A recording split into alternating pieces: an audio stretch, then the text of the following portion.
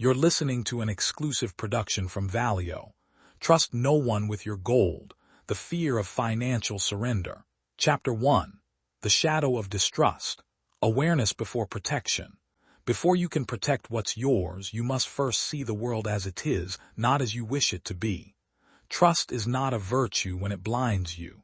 It is a doorway, and every doorway can open in two directions.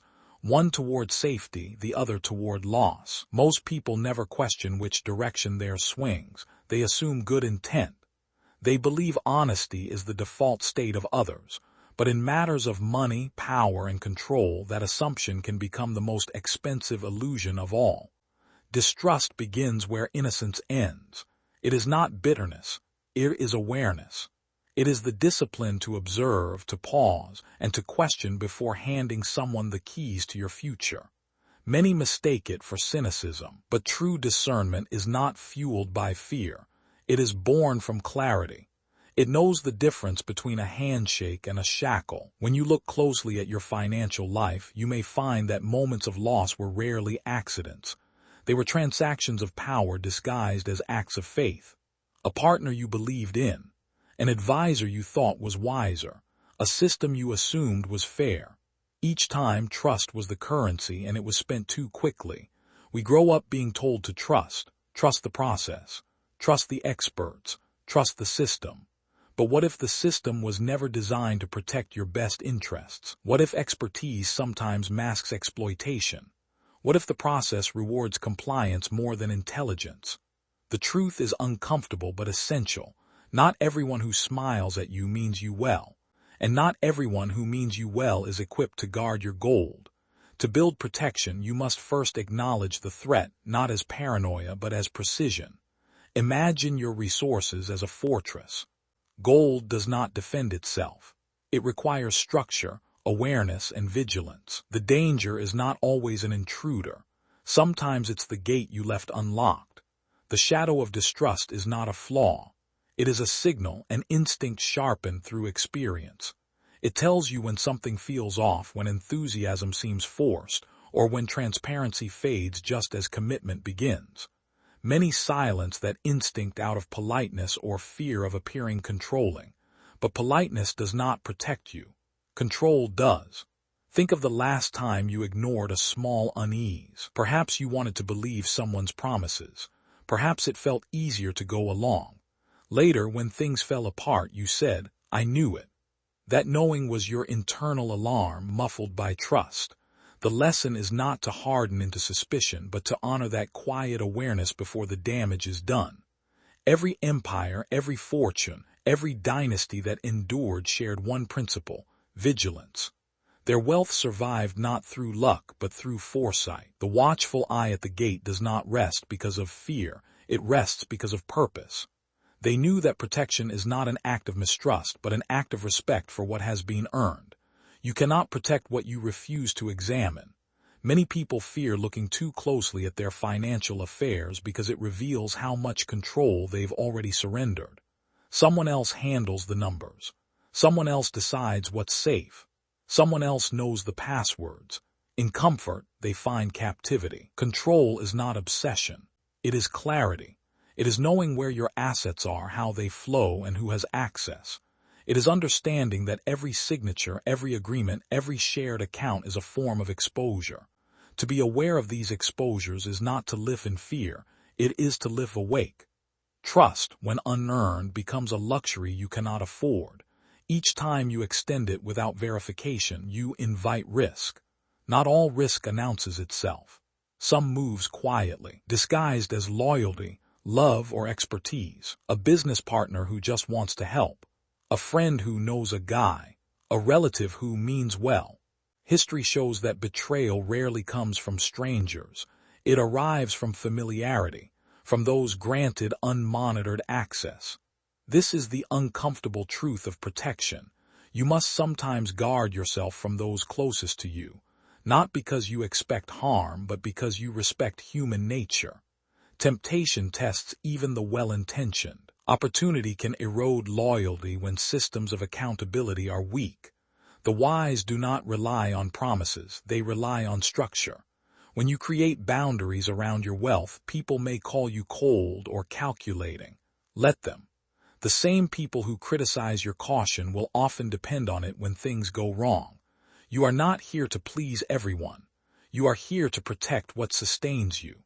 Distrust, when refined, becomes discernment. It transforms from reaction into strategy. It teaches you to read beyond words, to sense the difference between confidence and coercion. You begin to hear what is not said, the hesitation before an answer, the subtle shift in tone when money is mentioned. You notice who becomes defensive when accountability enters the conversation. These are not coincidences, they are data. There is a sharpness in awareness that others will feel. Some will respect it. Others will test it. Your job is not to explain or justify your vigilance. Your job is to maintain it. To build systems so strong that trust becomes a choice, not a necessity. When your protection is rooted in clarity, you no longer rely on goodwill. You rely on truth. Observe how financial predators operate. They do not begin by taking, they begin by disarming. They study your emotions, your values, your weaknesses. They offer comfort before control. You can trust me, they say, knowing that reassurance is the fastest way past your defenses. Once they have your confidence, access follows. By the time you realize what has happened, the loss is not just monetary, it is psychological. They have taken your peace. This is why distrust must not be feared, it must be trained. A disciplined mind sees patterns, it measures words against actions, it tests consistency, it listens but it verifies. It never confuses charm for credibility. This kind of vigilance does not isolate you, it elevates you. Because once you know how to protect your gold, you can engage with the world from a position of strength, not fear. Protection begins within. It's not only about money, it's about energy, attention, and boundaries. Who do you allow into your inner circle? Who gets access to your thoughts, your time, your plans? Every interaction is an exchange, and every exchange carries value. Those who respect your caution will align with your integrity. Those who resent it were never safe to begin with. True power lies in controlled exposure. You reveal what is necessary, not everything. You share, but you do not overshare. You collaborate, but you do not depend. You delegate, but you verify. This balance creates resilience. It allows trust to grow organically, not recklessly. Many people misunderstand control. They think it means micromanaging every detail.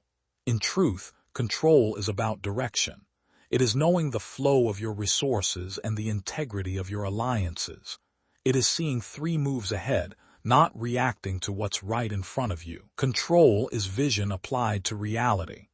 There will be moments when your vigilance feels heavy, when you wonder if it's worth the effort. It is. Because the cost of blindness is always greater than the cost of awareness. The fortress of your financial life must be inspected, tested, and reinforced regularly. It does not weaken from attention, it weakens from neglect. Ask yourself, where have I placed blind trust? Who holds information I should also hold? What assumptions am I making about loyalty, stability, or transparency? Each question you ask reclaims a piece of power. Awareness is cumulative. Each discovery sharpens your instinct. The more you see, the less you lose. Let's be clear. Distrust is not a wall. It's a filter. It allows you to interact with the world without absorbing its deceit. It's the reason seasoned investors read contracts twice, why experienced leaders verify numbers themselves, why wise individuals never confuse kindness for competence. They have seen too much to gamble on faith alone. You do not need to apologize for being cautious. You are not jaded. You are informed. The world rewards those who combine intuition with verification. Those who build their lives on awareness instead of assumption. Those who are willing to say, prove it without guilt. Remember, every time you choose awareness over assumption, you fortify your power. Every time you ask questions that others avoid, you gain control over your future. The shadow of distrust is not your enemy. It is your silent ally guarding the gate while you build your empire. And when you master it, something remarkable happens. You begin to trust selectively, not out of fear, but out of earned confidence. You trust because your systems are sound. You trust because you can monitor what matters. You trust because losing control is no longer an option. Protection is not paranoia. It is reverence. Reverence for your effort, your intelligence, your history. You've worked for what you have. You've learned what it takes to keep it. You are not protecting just money, you are protecting meaning. Let your vigilance be quiet, firm, and steady. Let your awareness guide your decisions with precision. Because once you see through the illusions of false trust, no one can manipulate you again. This is where true protection begins, not in fear, but in clarity. You do not owe anyone blind faith. You owe yourself discernment. You owe your future a gate that never swings open without your consent. The shadow of distrust is not darkness, it is depth. It reminds you that every choice has consequence, every alliance has cost, and every safeguard has value. Honor that awareness and you will never again mistake illusion for safety. You are the keeper of your gold, and from this moment forward no one guards it better than you. Chapter 2. The Psychology of Surrender. Understanding why we let go of control. Surrender doesn't always look like defeat. Sometimes it hides behind words like trust, love, or cooperation. It disguises itself as ease. You tell yourself it's relief to let someone else handle the hard part. But deep down, there's a quiet voice that knows when you've handed away too much power. The psychology of surrender begins there. In that faint awareness you try to silence, telling you that control is slipping through your fingers. Most people don't surrender because they're careless. They surrender because they crave peace. They're tired of tension, tired of decisions, tired of being responsible for every outcome. The irony is that the very act meant to bring relief often becomes the source of deeper anxiety later. Because when control leaves your hands, so does certainty. And without certainty, even peace feels unsafe. Letting go of control around money, power, or decisions often begins with a story we tell ourselves. That someone else knows better, that we don't have the time, that it's too complicated. Those stories are comforting because they justify avoidance. They allow us to outsource the discomfort of responsibility. But avoidance is expensive. It costs clarity, autonomy, and eventually, freedom. The need to surrender control is rooted in emotion, not logic. It stems from old imprints, moments when authority figures made us believe that competence belonged to someone else. Perhaps a parent made every decision and punished you for questioning. Perhaps a teacher dismissed your instincts. Over time, you learn that control brings conflict and compliance brings safety. That lesson doesn't vanish with age. It hides in adult relationships, in workplaces, in financial partnerships. You think you're being cooperative when in truth, you're repeating an old pattern of surrender. The human mind seeks balance. When life feels uncertain, it looks for an anchor, someone or something to hold on to. That's where surrender feels seductive. It promises rest from vigilance. You trust the advisor, the partner, the system, because you want to believe there's solid ground beneath you. But real stability never comes from handing over power, it comes from mastering it. Surrender often begins with a single emotional transaction, relief in exchange for responsibility. You say, "I'll let them handle it," and for a moment the weight lifts. But every time you give away responsibility, you also give away leverage. The next time you feel uneasy about how things are managed, you'll hesitate to intervene because you've already declared, "It's not my role." Slowly, invisibly, authority shifts away from you. This pattern doesn't only exist in financial decisions. It appears in everyday life. You may let others decide where your time goes, what priorities take precedence, even what you're worth. Surrender creeps in quietly through small choices until one day you realize your direction has been set by someone else's hands. True power requires endurance. It demands the strength to stay present, even when it's uncomfortable. Control takes energy. It means facing details, numbers, risks, and realities that others avoid. But the reward is sovereignty, the ability to act, not react. Those who fear control often confuse it with rigidity. In truth, control is freedom's foundation. Without it, you are at the mercy of circumstance. To reclaim it, you must first understand what made you give it away. Some surrender because of fear, fear of making the wrong choice, fear of conflict, fear of judgment. Others surrender because of conditioning, raised to believe deference is virtuous, that humility means dependence. Some do it out of fatigue, worn down by constant demands until surrender feels like survival. Whatever the cause, the result is the same: power transfers from your hands to another's. When you surrender control financially, you surrender visibility. You stop seeing where the money flows, how decisions are made, and who benefits most. You depend on updates, summaries, and reassurances. You hope the truth aligns with your trust, but hope is not a system. Hope cannot audit a statement, question a transaction, or verify intent. Hope cannot protect what you build. Control, on the other hand, can coexist with cooperation. It doesn't mean isolation. It means knowing enough to verify what you delegate. It means retaining authority over final decisions, even when others assist in execution. Strategic control is not a wall. It's a structure that defines access and accountability. If you've ever felt uneasy when someone else handles your money or decisions, that unease is not paranoia. It's intelligence. It's the signal that your intuition recognizes imbalance before your mind admits it. Many ignore this signal because confrontation feels uncomfortable. But avoidance breeds vulnerability. A conversation delayed becomes a boundary broken. To shift the psychology of surrender, you must confront the emotional comfort that dependence brings. Dependence feels safe because it relieves you of blame. If something goes wrong, you can say, "It wasn't my decision." But real safety does not come from shared failure. It comes from informed control. Taking ownership means accepting both credit and consequence. That's where true strength begins. You might believe surrender makes you easier to love, easier to work with, easier to please. It doesn't.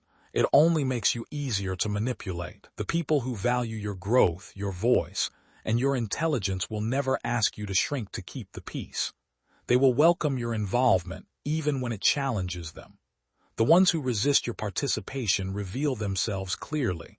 They benefit from your blindness. Financial surrender often hides behind trust in authority. You believe credentials, age, or confidence equal integrity. But authority is not proof of alignment. The calmest voice in the room may still serve its own agenda. To stay in control, you must learn to separate respect from reliance. You can respect someone's skill without surrendering your sovereignty.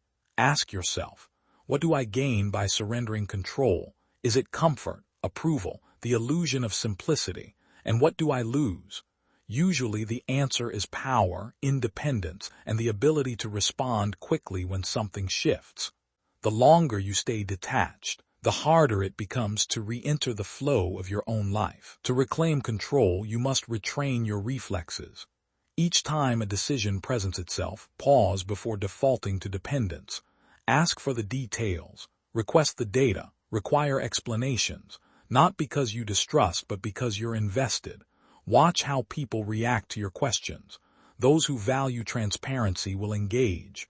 Those who rely on your passivity will resist. Their discomfort is your evidence. This psychological shift is subtle but profound. You begin to replace fear with awareness, compliance with curiosity. You realize that understanding the mechanics of control gives you power over emotion. You stop surrendering out of habit and begin leading with intention. Control is not about domination. It's about direction. You do not need to know everything, but you must know enough to make decisions from a place of strength. Those who tell you to just trust are often those who benefit most from your ignorance. The wise never demand blind trust. They earn it, sustain it, and expect it to be verified.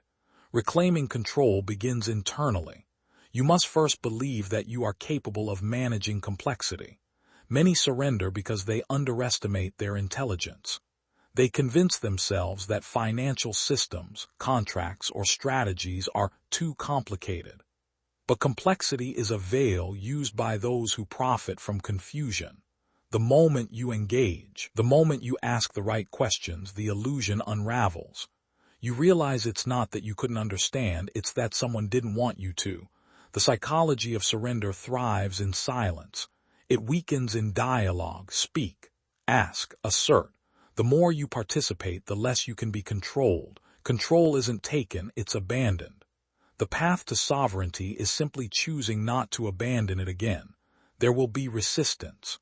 The moment you start reclaiming power, some will call you difficult or demanding. They'll miss the version of you that stayed quiet, agreeable, and trusting. But remember, those who benefit from your silence will never celebrate your clarity. You do not need their approval. You need your alignment. Awareness is not arrogance. It's evolution. It's the moment you decide that peace built on ignorance is no peace at all.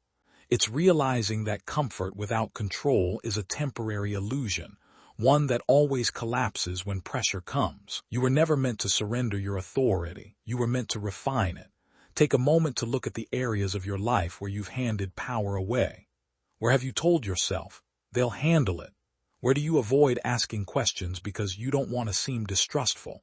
Those are your blind spots, and blind spots are where loss begins. Once you recognize them, something shifts inside you. You stop seeking safety in others and start creating it within yourself. You realize that every act of surrender can be reversed with one decision. To re-engage, to reassert, to remember that what's yours was never meant to be managed without you. The psychology of surrender dissolves when you replace dependence with discipline, when you choose awareness over ease, when you take responsibility not as a burden but as privilege, the privilege of ownership, autonomy, and freedom. Never confuse surrender with serenity. Serenity is earned through clarity, not compliance. The peace that lasts is the peace that stands on strong foundations, the kind built by those who know exactly what they hold and how it's protected. You are not here to be passive in your own life. You are here to participate, to oversee, to direct, to know, not to guess. Every time you reclaim even one small piece of control over a decision, a detail, a dynamic, you strengthen the structure of your independence. Control does not isolate you. It integrates you. It reconnects you to your choices, your values, and your future. When you know where your power lives, you stop giving it away. The era of surrender is over. You no longer hand over your gold for the comfort of ignorance. You no longer trade autonomy for approval. From now on, peace will not mean passivity, it will mean precision. You are not afraid of control. You are mastering it. You are learning that vigilance and ease can coexist, that awareness can be calm, that true serenity is not found in letting go but in holding firmly to what matters, because the hands that protect your future must be your own, and from this moment on they will never tremble again. Chapter 3. The Cost of Blind Trust, when giving control leads to loss. Blind trust is the most elegant form of self-sabotage. It wears the mask of confidence, but beneath it lies neglect. It whispers, "Everything is fine," while quietly unlocking the doors you thought were guarded. It asks nothing of you, no questions, no verification, because it knows that the less you see, the easier you are to deceive. Most losses do not come from bad luck. They come from misplaced trust. People lose fortunes, reputations, and stability not because the world is cruel, but because they handed their power to the wrong hands and walked away believing it was safe. The cost of blind trust is not just financial, it is psychological. It robs you of the ability to rely on your own discernment. Trust is meant to be earned, tested, and confirmed. When it isn't, it turns from strength into weakness. You may think you're building partnership, but what you're actually building is dependency. And dependency is the soil where betrayal grows best. Blind trust begins with emotion. You want to believe someone's intentions are pure. You want to believe that your loyalty will be reciprocated. You want to believe that the person advising you, loving you, or leading you values your well-being as much as their own. These wants are human. But in the world of power and resources, emotion without verification becomes liability. Every relationship involving money, influence, or shared responsibility carries risk. The difference between gain and loss lies in whether you monitor or assume. The assumption of integrity is the most dangerous illusion. Integrity must not only be professed, it must be proven repeatedly under pressure. Look back at the times you were deceived or disappointed. The signs were always there. A vague explanation, a delayed response, a shift in energy when accountability entered the room, but you dismissed it because questioning felt uncomfortable. You didn't want to appear distrustful. That hesitation cost you clarity, and clarity, when lost, always demands repayment in the form of regret. The world does not punish trust, it punishes blindness. There is a difference. Wise trust strengthens alliances. Blind trust builds traps. The moment you stop verifying, you begin drifting. Slowly, invisibly, you lose your grasp on the details that keep your wealth intact. A signature you didn't read, a number you didn't check, a deal you didn't question. None of these seem critical in isolation, but together they erode sovereignty piece by piece. Blind trust often hides behind noble intentions. I don't want to micromanage. They've always been loyal. It's not my area. These statements sound reasonable, but they are often rationalizations for avoidance.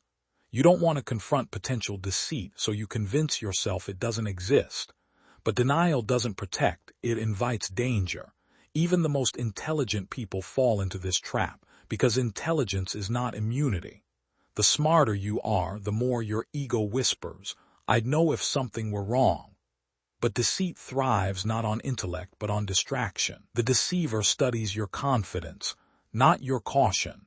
They exploit your focus on larger visions while they manipulate the finer details. Blind trust is expensive because it multiplies unseen. Each time you overlook an inconsistency, it grows. Each time you accept an excuse, it roots deeper. By the time betrayal reveals itself, it has already woven through your systems, your contracts, your relationships. Repair becomes costly not just in money, but in peace. There is no greater wound than realizing you handed someone the weapon they used to betray you. That moment is a shock of clarity, harsh, but liberating. Because once you see how blindness invited loss, you begin to value vigilance as the highest form of self-respect. Consider this truth. Every institution, every partnership, every enterprise is built on human behavior, and human behavior shifts. People change under pressure, under temptation, under opportunity. Blind trust assumes consistency. Discernment acknowledges evolution. The person you trusted 5 years ago may not be the same person today. Systems must be reviewed, agreements updated, roles redefined. Vigilance is not suspicion, it is adaptation. The cost of blind trust can take many forms. It might be a business partner quietly diverting profits, a financial advisor prioritizing commissions over your future, a loved one using access to your resources without permission, or it might be something subtler, a culture of silence where you stop asking questions because that's just how things are done. Each scenario has the same root cause: abdicated awareness. The moment you stop seeing clearly, someone else starts steering quietly. To avoid that, you must develop what can only be called disciplined observation. Watch behavior more than words. Notice how people handle accountability. Pay attention to how they respond when boundaries are set. People reveal truth not through promises, but through patterns. A person's reliability is written in their consistency, not in their charm. You may worry that constant vigilance will make you rigid, cynical, or isolated. But the opposite is true. When your systems are solid, you can relax more deeply. You can delegate with confidence because verification is built into the structure.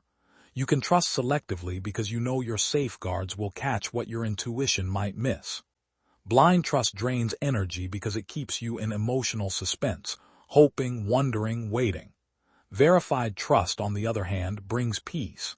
It replaces hope with certainty. It turns faith into structure. It says, "I trust you," and here are the boundaries that make that trust sustainable. The shift from blindness to clarity begins with one question: what evidence supports my trust?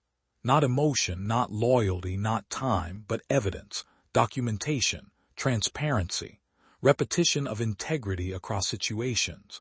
When you require evidence, you elevate the quality of every relationship around you. Those who are genuine will rise to the standard. Those who are not will distance themselves, exposing their intent. The cost of blind trust extends beyond money. It erodes your self-respect. Each betrayal teaches the same painful lesson. You ignored your intuition. That's the real loss, not the resources, but the relationship between you and your instincts. Rebuilding that trust within yourself takes time, but once it's restored, you become unshakable. In every interaction, remember this principle: clarity before commitment. Never invest, agree, or delegate without full understanding. If someone pressures you to act quickly, consider it a warning. Urgency is the favorite tool of manipulation. Those who operate with integrity never fear your caution. They welcome it. Blind trust often begins where confidence in oneself is low. When you doubt your own ability to manage complexity, you overvalue the confidence of others. They seem certain, decisive, experienced. But remember, confidence is not competence. Many mistakes have been made under the illusion that someone else knew what they were doing. True experts do not hide information. They share it openly. If you've been burned by blind trust before, do not shame yourself for it. Awareness grows through loss. The point is not to retreat from the world, it's to re-enter it sharper, clearer, and wiser. Betrayal can teach you what no book or seminar ever could: how to recognize energy that feels off, how to read silence, how to feel when words don't align with action. These senses, once awakened, become your permanent defense. Blind trust is a luxury of innocence. Once you've lost through it, you no longer confuse warmth with honesty, nor confidence with safety. You understand that love and logic can coexist, that care does not cancel caution. You begin to build relationships rooted not in fantasy, but in reality. Let's be direct. You owe no one blind trust. Not partners, not family, not friends, not institutions. Trust is earned daily through transparency, respect, and consistency. Anyone who asks for it without proof is asking for permission to act without accountability. Every secure empire, every enduring legacy was built on this truth. Faith is precious, and it must be guarded. They trusted systems, not sentiments, procedures, not promises. They understood that even loyalty, unverified, can turn dangerous. You can embody that same mastery. Start with structure. Demand documentation. Require dual control over assets. Keep your own copies. Know your access points. Rotate responsibilities. Audit often. These are not acts of fear, they are acts of strength. You are not suspecting the world, you are securing your world. Once you've seen how easily trust can be weaponized, you stop granting it like charity. You offer it like investment, strategically, intentionally, with return in mind. You no longer feel guilty for being cautious. You feel powerful for being awake. When you protect yourself this way, something inside you settles. You no longer live in the emotional chaos of uncertainty. You know what you control and you know what you watch. You sleep better. You think clearer. You act faster. Because when trust is no longer blind, vigilance feels like peace. The cost of blind trust is not a lesson to mourn, it's a price paid for clarity, and clarity is priceless. So let this be your new commandment: verify everything, ask for proof, maintain records, speak boundaries aloud, not because you doubt the world, but because you honor what you've built. Trust will always have a place in your life, but only the kind that sees clearly, only the kind that moves with evidence, only the kind that stands the test of truth. Because blind trust may feel gentle in the moment, but in the end it always takes more than it gives. And you, now aware, will never let that cost be yours again. Chapter 4. Control as a tool, using vigilance to preserve wealth. Control is not the enemy of freedom. It is the architecture that allows freedom to exist. Without structure, wealth becomes scattered. Without oversight, influence dissolves. To master your finances is to understand that control is not about rigidity or obsession. It is about deliberate awareness. It is about ensuring that every resource, decision, and connection serves a clear purpose rather than drifting into chaos. True control is not loud. It does not announce itself through dominance or micromanagement.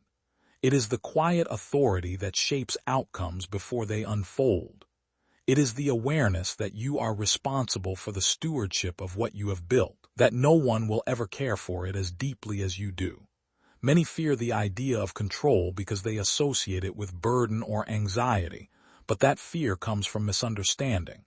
Control is not about tightening your grip, it is about refining your focus.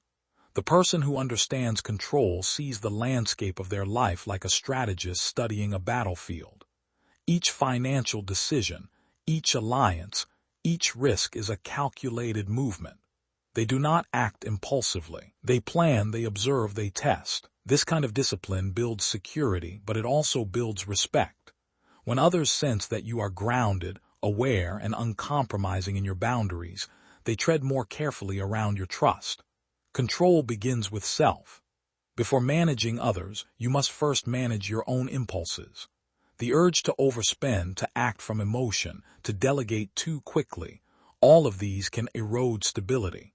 It takes courage to sit with discomfort instead of outsourcing it, to face the fear of missing out, the anxiety of uncertainty, and still hold your ground. Financial power grows in the silence of restraint. Every time you delay gratification, you are proving that your desires do not control you, you control them. To practice control is to master balance. Too much and you suffocate opportunities. Too little and you invite chaos. The art lies in learning where to apply pressure and when to release it. Consider it like a pulse. Control should have rhythm. There are moments to tighten, moments to observe, moments to allow movement. If you clamp down on every detail, you burn out. But if you release oversight entirely, you lose command. The mastery lies in precision, knowing when vigilance becomes vigilance and when it crosses into fear. Financial control is built through systems. Systems remove emotion from decision-making. They ensure that no single mood or moment dictates the direction of your resources. These systems can be as simple as scheduled reviews, documented processes, or multi-layered verification steps for every major transaction. They create a structure that mirrors your discipline. When systems are in place, your vigilance becomes sustainable. It protects you even when your focus is elsewhere. Accountability is the partner of control. It ensures that vigilance does not turn into paranoia. You can trust what you can verify. Transparency creates peace of mind. Every account, every report, every transaction should have a trail. Every person with access should be known and evaluated. This is not about distrust, it is about structure. When you know where everything stands, you remove the need for fear. Clarity breeds confidence, and confidence reinforces control. Many lose power not because they lack intelligence, but because they delegate responsibility too soon. They assume others will act with the same precision and care that they would. But no one will ever protect your interests more than you. Control is not selfish, it is protective. It honors the energy and effort invested in creating what you have. When you manage your own oversight, you ensure that your financial story remains yours to tell. At times, control will be tested. Others may interpret your vigilance as distrust or rigidity. They may push for easier access, fewer questions, more freedom. But leadership demands discernment. If your standards make others uncomfortable, that discomfort reveals where boundaries are needed. You do not owe anyone blind faith. Trust must be earned, and control ensures it is never misplaced. Control also protects your emotional capital. When your systems and boundaries are clear, you are less reactive. You make decisions from data, not from pressure. You assess before responding. This calm authority radiates into every area of your life. People come to rely on your steadiness, not because you dominate, but because you remain unshaken. That is true influence, the kind that cannot be forced or faked. Still, control must remain fluid. Rigidity breeds stagnation. Wealth thrives in environments that evolve. The disciplined mind adapts without losing structure. Flexibility is not the opposite of control, it is its evolution. You remain rooted while allowing movement. When new opportunities arise, you do not reject them out of fear. You examine them, test them, and integrate them if they align with your greater strategy. Remember that control also means emotional neutrality. The moment you let anger, greed, or fear dictate your actions, you surrender command. Emotion clouds judgment, and judgment is the core of financial stability. Learn to step back and analyze without personal attachment. You are not your mistakes nor your successes. You are the strategist behind both. When you detach from ego, control becomes clean, sharp, and effective. To wield control is to understand timing. Timing determines outcomes more than intention. You may have the right idea, but if executed too soon or too late, it fails. Patience is a hidden form of control. It is the discipline of restraint in motion. When you wait for clarity instead of forcing action, you allow reality to reveal its hand. You begin to sense when conditions align, when doors open, when momentum builds naturally. Acting at the right time amplifies results with less effort. As your control strengthens, you may notice how it shifts the balance of your relationships. People who once influenced your decisions may no longer have the same hold. You may outgrow certain partnerships, habits, or narratives that kept you dependent. This is a sign of growth, not loss. Control redefines connection. It filters your world until only what is aligned remains. Some will resist your boundaries. Others will respect them deeply. Either way, your clarity becomes your protection. Control is not only financial, it is psychological. It is the ability to regulate your focus, to direct your attention like a weapon. Every distraction has a cost. Every misplaced emotion drains energy that could be building wealth or strategy. When you learn to channel energy into what truly matters, you move with precision. You no longer react, you respond. That difference marks the line between the reactive and the powerful. To sustain control, build rituals of review. At consistent intervals, step back and assess every system, every relationship, every expenditure. Ask, does this serve my purpose? Does it strengthen my position? Does it align with the structure I'm creating? Regular review prevents drift. It ensures that every detail reflects your larger vision. Even the most stable systems degrade without attention. Maintenance is mastery. The mature form of control is confidence.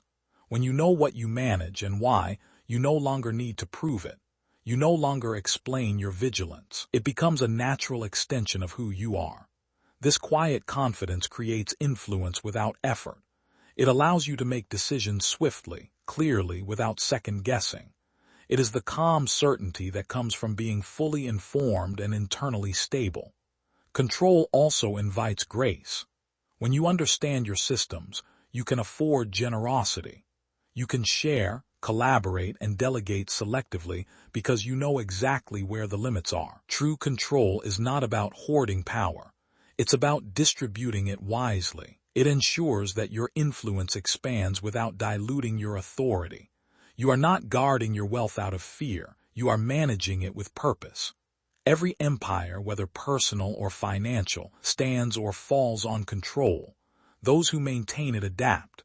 Those who neglect it crumble.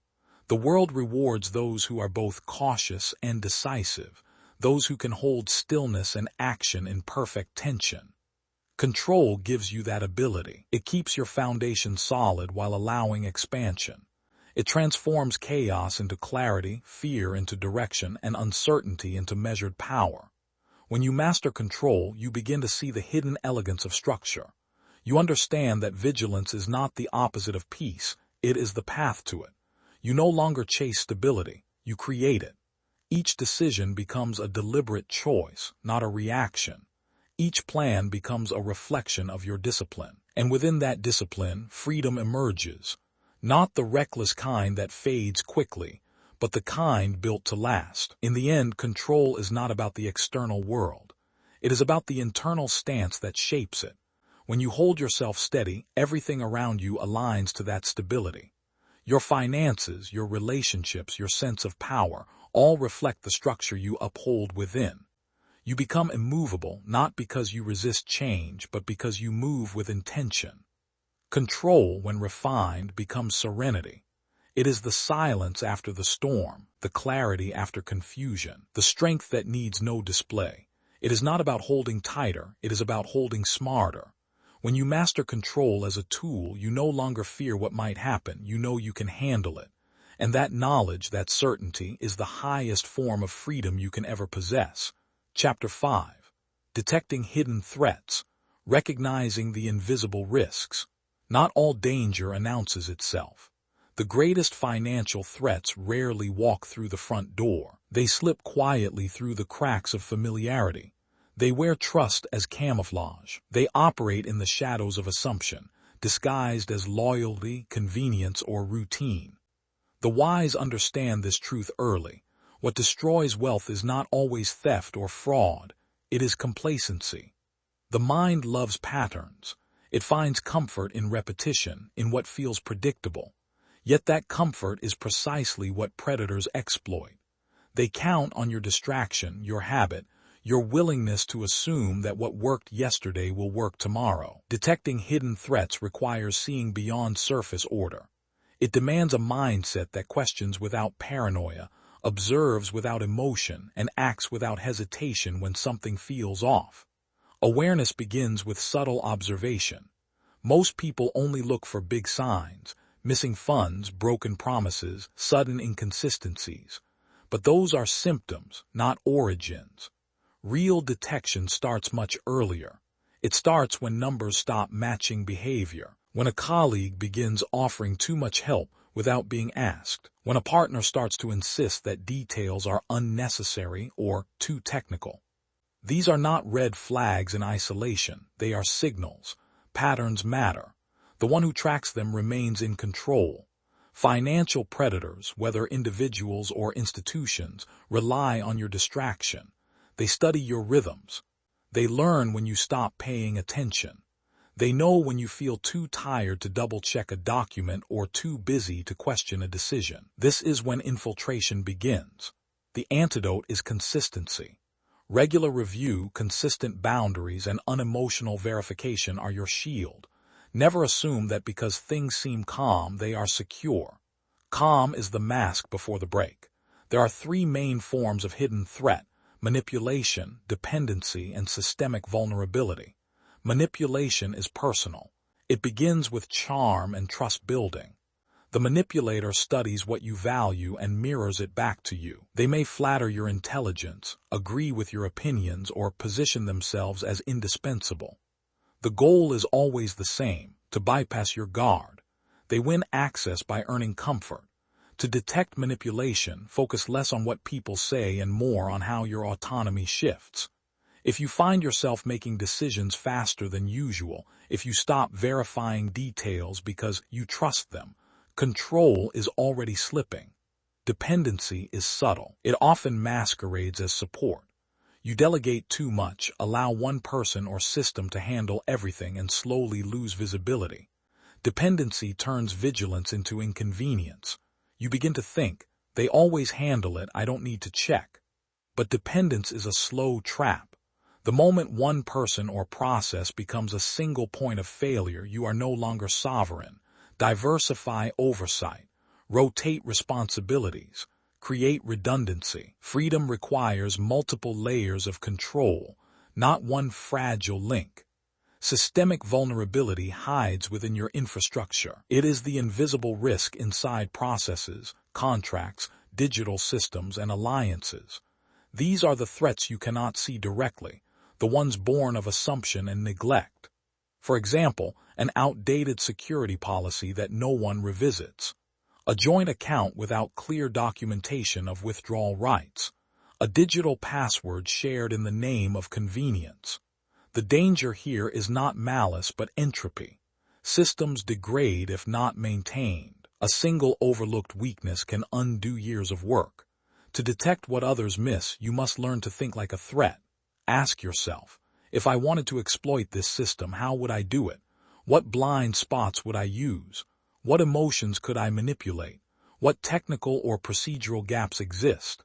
This exercise is not paranoia, it is preparation. Every great strategist studies both defense and offense. Awareness sharpens when you can view your empire from every angle. Developing this kind of perception requires emotional discipline. Fear clouds the mind. It turns awareness into anxiety. The key is to observe without reacting. When something feels wrong, pause. Do not explain it away, but do not panic. Investigate quietly. Verify evidence. Hidden threats thrive on emotional volatility. The calmer you remain, the more clearly you can see. Another powerful tool is the audit mindset. Auditing is not merely reviewing numbers, it is tracing logic. Every financial movement should tell a coherent story. If something doesn't align, it deserves attention. Create systems that force transparency. No one, including yourself, should be beyond verification. This builds not only protection but also respect. People are more careful when they know systems hold them accountable. In relationships, vigilance means clarity. When people react defensively to accountability, it is often because they have something to hide or because they are unused to structure. Either way, their reaction reveals where attention is needed. Clear boundaries and documented agreements are not signs of distrust. They are signs of wisdom. They protect both parties. If someone resists that, consider what benefits them in the absence of structure. Modern threats also live in technology. Data breaches, phishing scams, and identity theft are not isolated events. They are industries. Every device, every app, every convenience carries exposure. Convenience always trades a piece of security. That trade-off must be intentional. Use technology strategically, not emotionally. Encrypt data. Limit permissions. Separate financial accounts for personal and business use. Assume that everything connected is potentially exposed and structure accordingly. But the most dangerous threat is internal, self-deception, the unwillingness to see what feels uncomfortable, the hope that silence means safety, the belief that it won't happen to me. This is the mindset predators depend on. Self-deception blinds the most intelligent minds. It allows cracks to widen because facing them feels inconvenient or embarrassing. True vigilance requires honesty that cuts through comfort. You must be willing to look directly at what you fear might be wrong and face it before it grows. Every empire that fell began with one ignored warning, one anomaly dismissed, one red flag rationalized. Detection fails not from lack of skill, but from lack of courage to confront what feels unpleasant. To build lasting protection, you must normalize truth. Make truth more comfortable than denial. Create a culture around yourself where facts are respected, not avoided. Financial awareness extends beyond numbers, it's sensory. Sometimes you feel the shift before you can prove it. The tension in a conversation.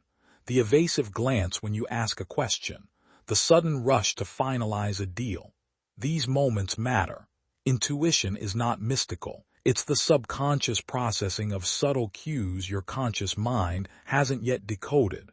When something feels off, it often is. Train yourself to listen to that signal, not to react but to investigate. Vigilance also involves humility. You will never detect every threat alone. Pride blinds faster than ignorance. The most secure people consult experts, not because they cannot see, but because they want more eyes on the field. Bring in advisors who challenge your assumptions, not just affirm them. The right counsel strengthens vision, while flattery dulls it. Surround yourself with those who speak truth even when it's uncomfortable. Prevention always costs less than recovery. Every breach, betrayal, or financial collapse begins with one missing safeguard. Schedule detection as a discipline, not a reaction. Just as a fortress requires constant maintenance, your financial life needs regular inspection. Back up your data. Reassess agreements. Review authorizations. Confirm that your structures still serve your goals. Vigilance is not a one-time act. It is a rhythm of awareness. When you cultivate this level of awareness, you begin to sense patterns others miss. You notice when someone changes tone in a conversation about money. You feel when trust is being tested or when silence conceals intention. You start to see the unseen, not because you are suspicious, but because you are present. Presence is your strongest form of protection. In the end, detecting hidden threats is not about living in fear. It is about owning awareness. It is about replacing blind trust with informed confidence. The goal is not to eliminate risk, that is impossible, but to ensure that no risk goes unseen. You move through the world with calm alertness, not as prey, but as a protector of what matters. Vigilance is not paranoia. Paranoia is reactive. Vigilance is strategic. Paranoia imagines threats that aren't there. Vigilance detects those that are. One is fear-driven. The other is power-driven. You cultivate the latter by practicing awareness, refining your systems, and staying emotionally steady under pressure. The one who sees before others act holds the true advantage. When you recognize a threat early, you gain leverage, time to respond, adjust, and strengthen your position. Every time you uncover a vulnerability before it's exploited, you are reclaiming power. That is the essence of control, to anticipate rather than react. And when you master detection, you no longer see the world as dangerous, you see it as navigable. You understand that threats are inevitable, but damage is optional. Awareness becomes your armor, truth your ally, and clarity your greatest defense. Because in the end, what protects your gold is not the lock, it is the mind that knows when to reinforce it. Chapter 6. Reclaiming Sovereignty, Taking Back Control of Your Finances. Sovereignty is not granted, it is claimed. It is not inherited through opportunity or circumstance. It is seized through deliberate action. To reclaim control of your finances is to reclaim authority over your life, your decisions, and your future. Every choice you make from this point forward either strengthens your autonomy or weakens it. The journey back to power begins with recognition. That control was never lost to fate. It was surrendered, often unconsciously, and can now be retrieved with intention. The first step in reclaiming sovereignty is understanding the extent of what has slipped away. Examine your financial landscape with unflinching honesty. Where have you handed over responsibility? Which accounts, investments, or decisions have been managed by others? Where have you deferred judgment in the name of convenience, trust, or fear?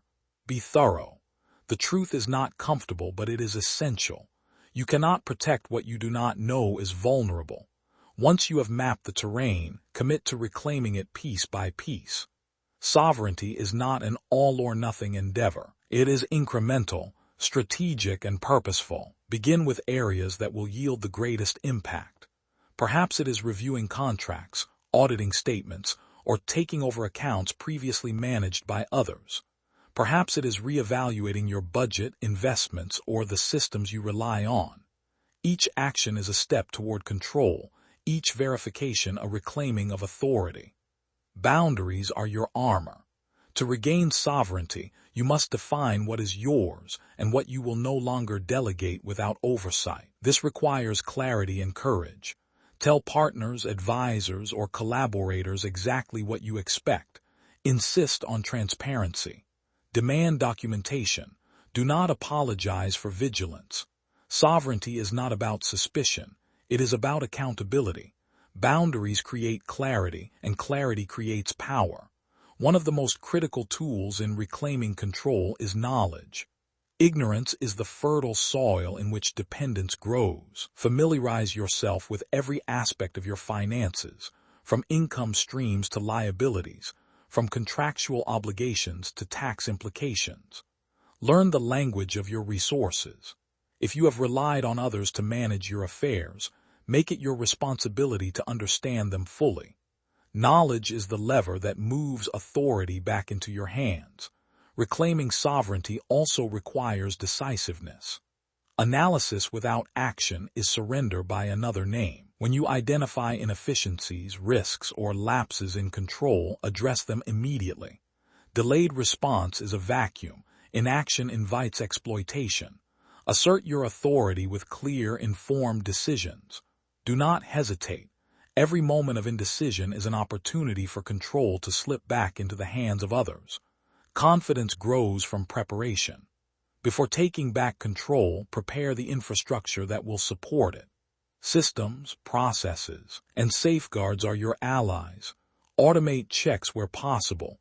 Establish review routines. Document every transaction, agreement, and protocol. These systems ensure that your reclaimed power is not fragile but resilient.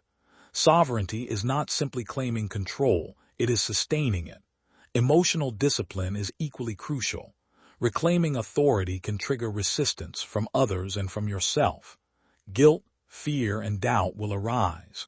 You may feel selfish for demanding oversight or anxious about enforcing boundaries. Recognize these feelings without surrendering to them. Sovereignty requires emotional neutrality. Your decisions are about clarity, not sentiment. You are protecting what is yours, and that is neither wrong nor selfish. Strategic delegation is a part of sovereignty. Reclaiming control does not mean doing everything yourself. It means choosing who assists you, under what conditions, and with what accountability. Every delegation should be conditional, verifiable, and reversible. Assign responsibilities only where trust is proven, and retain oversight where it is not. True authority lies not in isolation but in orchestrated influence. Sovereignty extends beyond finances. It encompasses every choice that affects your life and legacy. Habits, routines, investments of time and energy all fall under your jurisdiction. Every domain in which you act with awareness, intention, and verification strengthens your autonomy. Each decision is a declaration. This is my life, my resources, my rules. Reclaiming sovereignty also means embracing your instincts. Your intuition has been your internal guide, often ignored or suppressed in moments of surrender. Re-engage it. Listen to the signals of discomfort, hesitation, or doubt. They are indicators that your control has been compromised or is at risk. Trust your instincts as data, not emotion. Act on them strategically. They are your internal radar for threats both subtle and overt. Transparency is a pillar of control. When others understand your expectations and know the systems you have in place, they are less likely to exploit gaps or mismanage responsibilities. Clear communication reduces friction, prevents misunderstandings, and reinforces authority. You are not demanding perfection, you are demanding accountability. Sovereignty thrives in clarity, not confusion. Rebuilding power takes time. Do not expect instant mastery. Begin with small victories, each verification, each corrected misstep, each reclaimed account or process. These actions accumulate into competence and confidence. As your proficiency grows, so does your freedom. You can then make larger, more impactful decisions without hesitation because the foundation beneath you is solid. A critical part of sovereignty is resisting external pressure. Friends, family, or colleagues may urge you to relax oversight, to trust the system, or to leave matters in someone else's hands. Their comfort is not your priority. Your responsibility is to protect your resources and maintain your autonomy. Standing firm in these moments is a testament to your reclaimed power. Flexibility is earned, not given. Sovereignty also demands reflection. Periodically assess your systems and boundaries. Are they functioning? Are there areas of overreach or underreach? Are you delegating effectively while retaining authority? Continuous evaluation ensures that control remains active and adaptive, rather than static and vulnerable. The world changes constantly. Your vigilance must evolve alongside it. Regaining sovereignty is a declaration of self-respect. It tells the world, and more importantly yourself, that your time, resources, and judgment are valuable. Every financial move, every boundary enforced, every question asked is a reaffirmation of your authority. You no longer allow circumstances to dictate your life. You dictate the circumstances. This journey is not merely about money. It is about power, autonomy, and the integrity of your choices. Sovereignty is the act of living intentionally. It is the refusal to be passive, to be managed, or to be at the mercy of others' decisions. It is strategic, assertive, and unwavering. As you reclaim control, you will notice subtle shifts. Confidence replaces hesitation. Decisions come with clarity. Interactions with advisors, partners, or institutions become deliberate rather than reactive. You no longer drift along the currents of convenience. You navigate with purpose, precision, and awareness. In practice, sovereignty is a habit. It is reinforced daily through questions asked, systems verified, and boundaries maintained. It is strengthened through knowledge, preparation, and strategic action. Each act of vigilance is a brick in the foundation of autonomy, creating a fortress that protects not only wealth but freedom itself. By reclaiming your financial sovereignty, you reclaim your life. You take ownership of your choices, influence, and direction. You no longer hope for safety, you create it. You no longer surrender decisions, you make them. And in this reclamation lies true power, the power to act, to protect, and to grow without compromise. The path to sovereignty is neither easy nor swift, but it is necessary. It is the assertion that you are the steward of your own future, the architect of your own security, and the master of your own decisions. Every system strengthened, every boundary enforced, and every insight applied is a step closer to unshakable control. You are no longer passive in the face of circumstance. You are deliberate, vigilant, and decisive. Sovereignty is no longer a distant ideal. It is your reality, reclaimed, reinforced, and wielded with strategic mastery. From this point forward, your finances, your decisions, and your life are under your authority.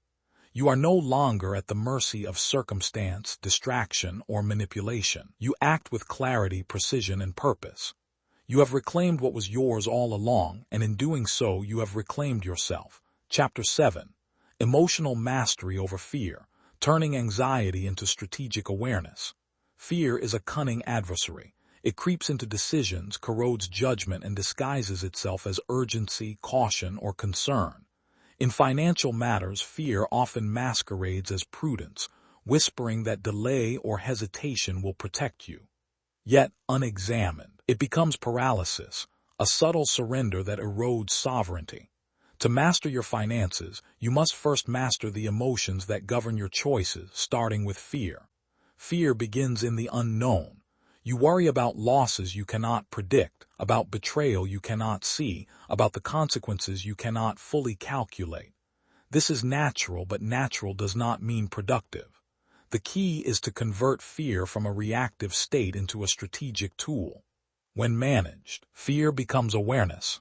It signals areas that require attention, caution, and preparation. It becomes a compass, pointing toward the vulnerabilities you must address. The first step is recognition. You cannot control what you deny. Identify when fear influences your decisions. Does it make you hesitate to verify accounts, double-check contracts, or ask questions? Does it push you to delegate too quickly or cling too tightly to resources? Awareness of the emotional trigger is the gateway to control. By naming fear, you strip it of the unconscious power it often holds. Next comes assessment. Not all fear is equal. Distinguish between productive fear and paralyzing fear. Productive fear alerts you to real risk. Paralyzing fear clouds judgment, inflates dangers, and encourages indecision. The difference lies in clarity. Productive fear leads to verification, preparation, and decisive action. Paralyzing fear leads to avoidance, hesitation, and wasted energy. Train yourself to respond, not react. Let fear guide analysis rather than dictate choices. Structured routines are a powerful antidote to fear. When systems are in place, emotion has less leverage over outcomes. Regular reviews, checklists, and safeguards transform anxiety into action. When fear strikes, you have a predefined course. Investigate, verify, decide. You no longer chase the unknown. You confront it with methodical precision. The predictable rhythm of control neutralizes the chaos that fear thrives upon. Emotional mastery also requires detachment. Detachment is not indifference, it is clarity. It is the ability to observe without being consumed. When a potential threat arises, do not allow panic to dictate your response. Step back, gather data, and analyze. Observe the facts, not the story your imagination weaves. Fear loses its potency when faced with unclouded reasoning. Visualization is another tool. Imagine potential risks and mentally rehearse your response. By confronting worst-case scenarios in a controlled mental space, you desensitize yourself to panic. You learn that threats are manageable when approached systematically. The mind, once trained to anticipate and respond, no longer reacts blindly, it strategizes. Each rehearsal strengthens confidence and diminishes impulsivity. Cognitive discipline is critical. Fear often exploits assumption and exaggeration. It inflates risks and minimizes capacity. Challenge these distortions. Question every claim your emotions make. Are the consequences realistic? Are the probabilities accurate? Are you acting on evidence or speculation? Rational evaluation transforms fear from a shadowy saboteur into a measured advisory presence. Another key aspect of mastery is incremental exposure. Small, calculated risks build resilience. Start by confronting minor uncertainties deliberately, reviewing overlooked statements, questioning small decisions, verifying minor details. Each success strengthens confidence and builds tolerance for larger challenges. Sovereignty is reinforced not by avoidance but by deliberate engagement. Strategic awareness also benefits from perspective. Fear shrinks the field of vision, making threats appear insurmountable. Step back and assess context. Compare situations historically, financially, or logically. Recognize patterns. Situations that feel threatening in isolation often reveal manageable risk when examined comprehensively. Awareness grows with context. Fear is tempered by the broader lens. Self-talk matters. The internal dialogue you maintain either amplifies fear or channels it into focus. Replace anxious speculation with statements of preparation and action. Affirm that you are capable, informed, and vigilant. Reinforce the principle that mastery lies in observation and response, not reaction. Words shape perception, and perception shapes action. Supportive networks contribute to emotional mastery. Surround yourself with advisors, peers, or mentors who reinforce clarity and accountability, not dramatize danger. Their insight provides perspective and data, which strengthens your capacity to make informed decisions. Emotional mastery does not require isolation. It requires collaboration with those who enhance awareness rather than feed panic. Time is a critical ally. Fear often demands immediate action, pressuring you to decide before full analysis is possible. Do not surrender to that pressure. Use time strategically. Step back, gather evidence, consult systems, and then act decisively. The ability to delay impulsive reactions without losing momentum is the hallmark of emotional control. Physical and mental discipline also support mastery. Anxiety manifests in the body, racing heart, shallow breath, tension. Control these responses with deliberate practices. Slow breathing, focused movement, mindful pauses. When the body is calm, the mind functions optimally. Emotional mastery is as much about physiological regulation as it is about cognition. Mastery over fear allows you to reclaim initiative. You no longer wait for crises to dictate decisions. You anticipate, prepare, and respond with precision. Fear, when harnessed, becomes a motivator for vigilance rather than a force for retreat. Each time you confront it strategically, you expand your capacity for control. Furthermore, mastering fear strengthens foresight. By observing your emotional responses, you gain insight into both your vulnerabilities and the vulnerabilities of others. Those who operate from unchecked fear tend to make rash decisions. Those who act from strategic awareness can predict moves, prepare countermeasures, and maintain authority even in high-pressure situations. Fear becomes a source of intelligence rather than chaos. Emotional mastery also fosters resilience. Threats, setbacks, and surprises are inevitable. Mastery does not prevent them, but it prepares you to respond without surrendering composure. Each controlled response reinforces confidence, and confidence compounds into sovereignty. You become not only reactive but proactive, navigating uncertainty with precision. Finally, remember that fear is not the enemy. It is a signal. It highlights areas requiring attention, diligence, and refinement. The difference between being victimized and being vigilant lies in your response. By transforming fear into strategic awareness, you reclaim authority over the circumstances it exposes. You convert what once threatened you into information that empowers you. The emotionally masterful individual no longer fears what could go wrong. They prepare, observe, and act.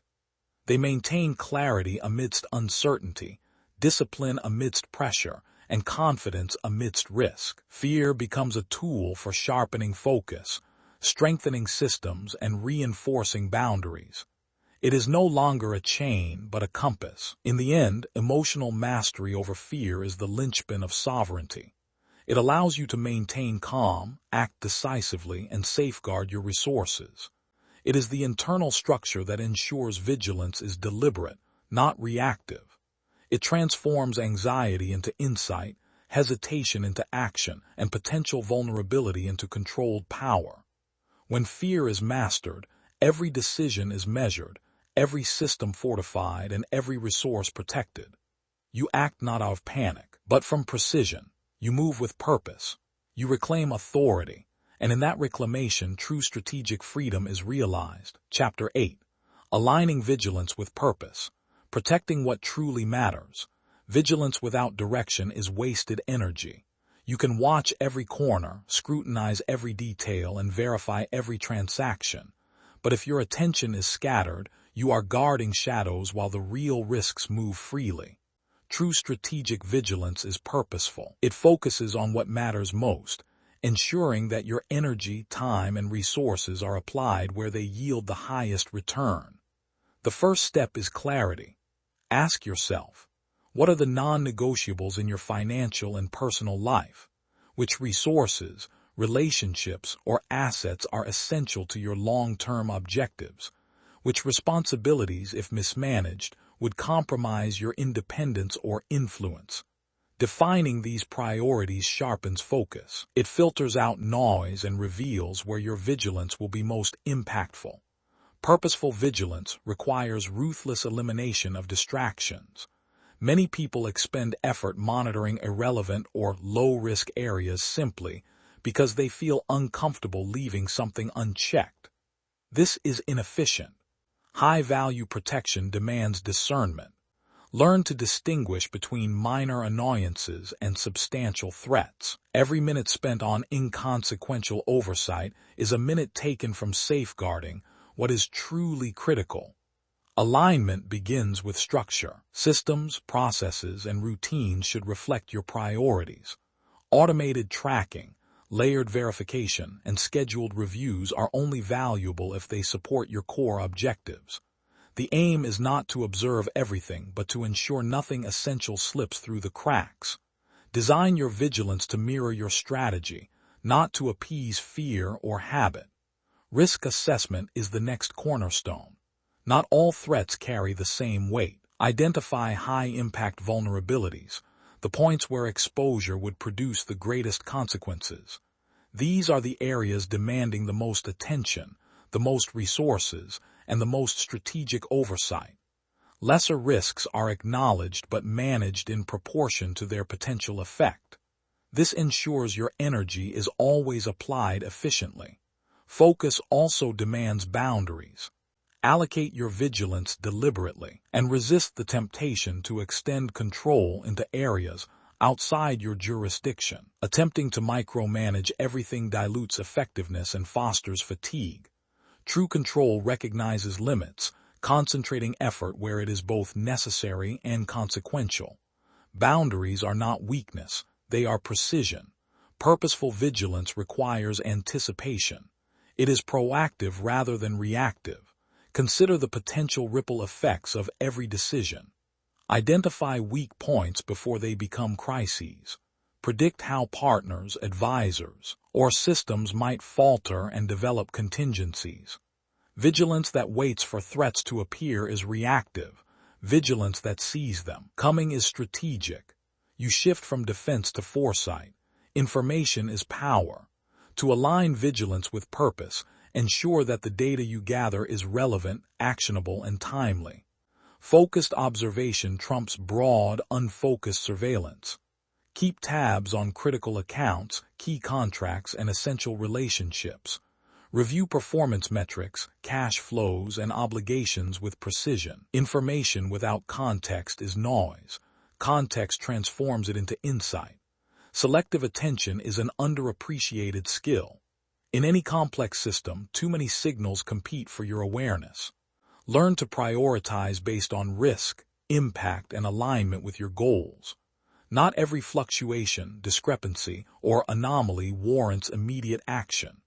The disciplined strategist evaluates, ranks, and responds where it matters most. This ensures energy is applied with maximal effectiveness. Discipline underpins every act of purposeful vigilance. Vigilance is easy when motivated by fear or immediate consequence, but real mastery lies in consistent oversight regardless of emotion. Create habits that reinforce focus on critical areas, scheduled audits, review sessions, and documented processes. Routine ensures that vigilance is sustainable and strategic, not sporadic or reactive. Integration of vigilance with purpose also requires emotional clarity. Do not allow fear, anger, or frustration to dictate priorities. Emotional reactivity clouds judgment and shifts attention to low-value targets. Maintain calm focus. Decisions about where to direct energy should be rational, deliberate, and aligned with long-term objectives. Discipline turns instinct into strategy. Another principle is proportionality. Your response to potential threats should match their significance. Overreacting to minor anomalies wastes resources and dilutes focus. Underreacting to major vulnerabilities invites disaster. Purposeful vigilance maintains balance. Calibrated attention, precise action, and measured oversight ensure that your efforts produce maximum protection without unnecessary expenditure of energy. Strategic communication enhances alignment. Share priorities, expectations, and boundaries clearly with those who have roles in your financial ecosystem. Advisors, partners, and collaborators should understand where vigilance is concentrated and why. Clear communication minimizes confusion, reinforces accountability, and prevents resources from being diverted to non-essential areas. Purposeful vigilance also demands adaptability. Threats, environments, and circumstances evolve. Systems that were effective yesterday may not suffice today. Review processes regularly, update risk assessments, and adjust oversight to match current conditions. Flexibility ensures that vigilance remains relevant and impactful, not static or obsolete. Focus is reinforced through documentation. Keep records of critical decisions, protocols, and risk evaluations. Documentation is not just a reference. It is a tool for clarity, accountability, and learning. When crises arise, a well-documented system allows swift, informed responses rather than panicked improvisation. Each record reinforces control and ensures lessons are retained rather than repeated. Prioritization also requires self-awareness. Understand where your strengths and weaknesses lie. Delegate or reinforce areas where you are less effective, while personally overseeing high-stakes domains where your competence is strongest.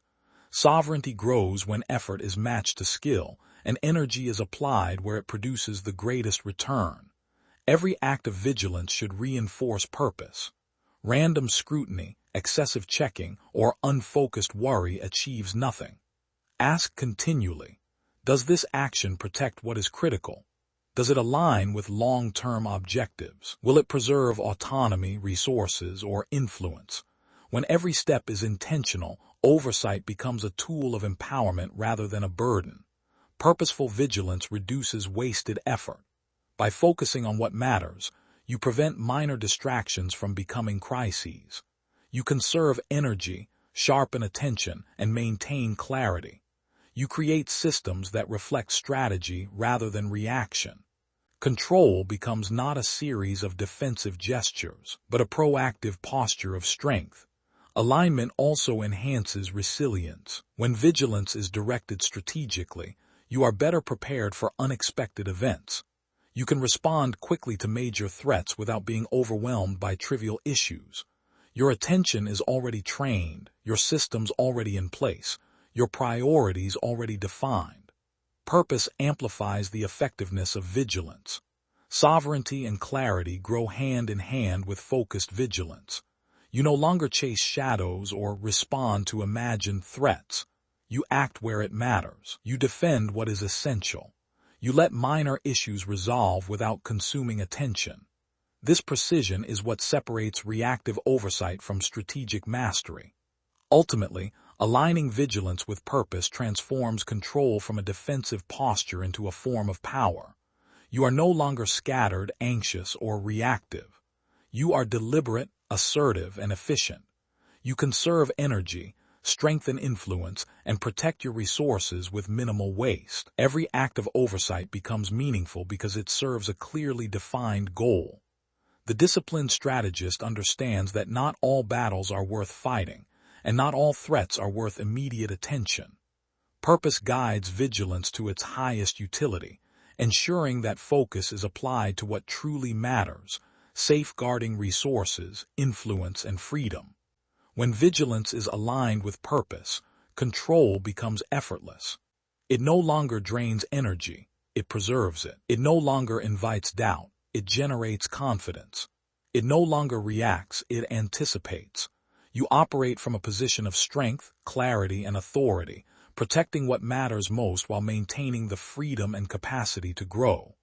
The true measure of strategic vigilance is not how much you watch, but what you preserve. Focus your attention where it counts. Guard your gold, your influence, and your freedom. Every decision, every verification, every act of oversight should serve this purpose. In alignment, vigilance becomes not a burden but a tool of mastery, enabling you to safeguard what truly matters while navigating the world with precision and control. Chapter 9. Systems of Security, Creating Safeguards That Work.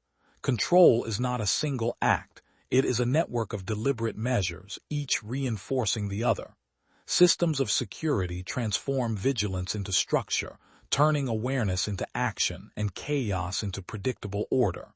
Without them, even the most alert strategist can be undone by oversight, error, or hidden threats. To protect what matters, you must build frameworks that function consistently, independently of circumstance or emotion. The foundation of any security system is clarity. Every account, every process, every responsibility must have defined roles, ownership, and boundaries. Ambiguity is vulnerability. When no one is explicitly accountable, gaps appear. These gaps are invisible to the casual observer, but are immediately obvious to those seeking opportunity. Establish responsibility with precision. Every resource, every decision, and every transaction should have a clear steward. Redundancy is essential. Systems fail. People falter.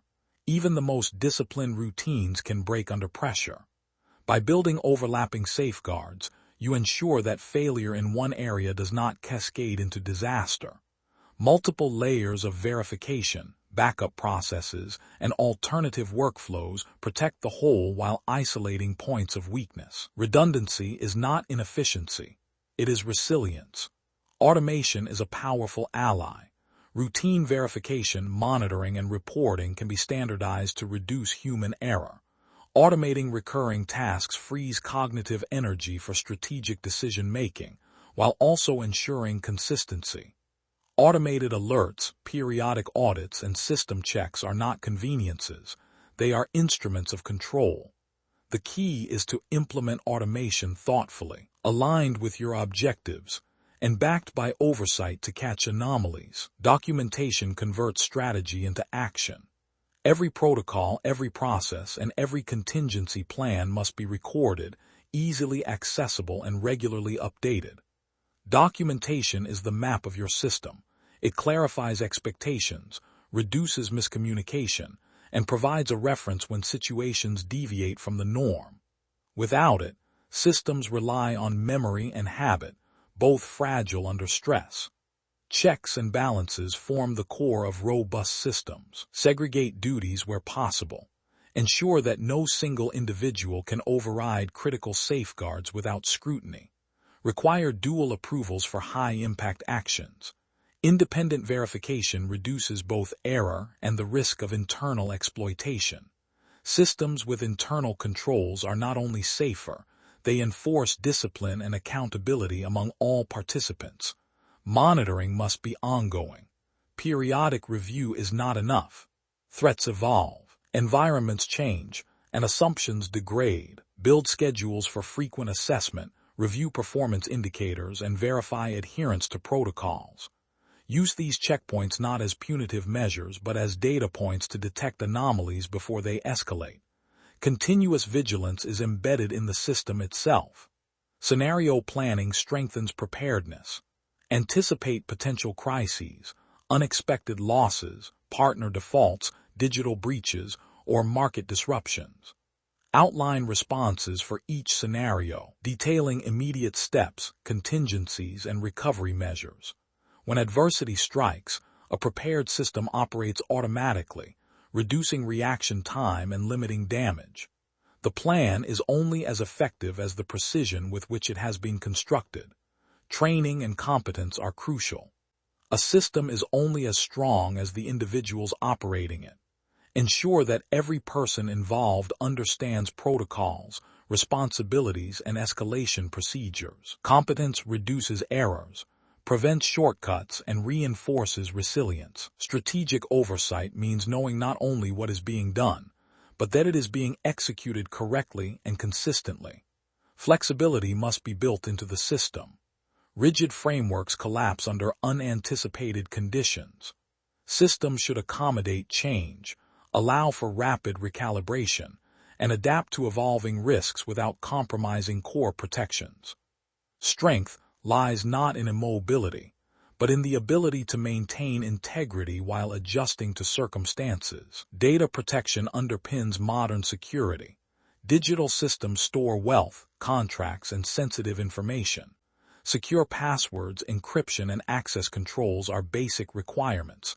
Regularly audit digital permissions, monitor for breaches, and maintain secure backups. Cyber vulnerabilities are often the least visible yet most damaging weaknesses. Protecting the digital domain is non-negotiable. Integration across domains is also critical. Financial, legal, operational, and technological systems should not exist in isolation. Each domain influences the others, and failure in one can cascade across the entire structure. Design integrated systems that communicate, verify, and cross-check, ensuring that a weakness in one area does not compromise the whole. Interconnected oversight amplifies resilience. Testing reinforces confidence. Systems should be regularly stress-tested against realistic scenarios. Simulate breaches, errors, or unauthorized actions. Evaluate responses, identify gaps, and refine protocols. Testing is not an exercise in fear. It is an investment in certainty. Confidence grows when systems have been proven to function under pressure. Contingency plans extend beyond immediate response. What happens if a primary safeguard fails? How will resources be recovered? Which communications channels will be activated? Define secondary measures in advance. Contingency is the difference between temporary disruption and lasting loss. A well-prepared system is proactive, not reactive. Review and iteration sustain effectiveness. Systems are not static. They must evolve with the environment.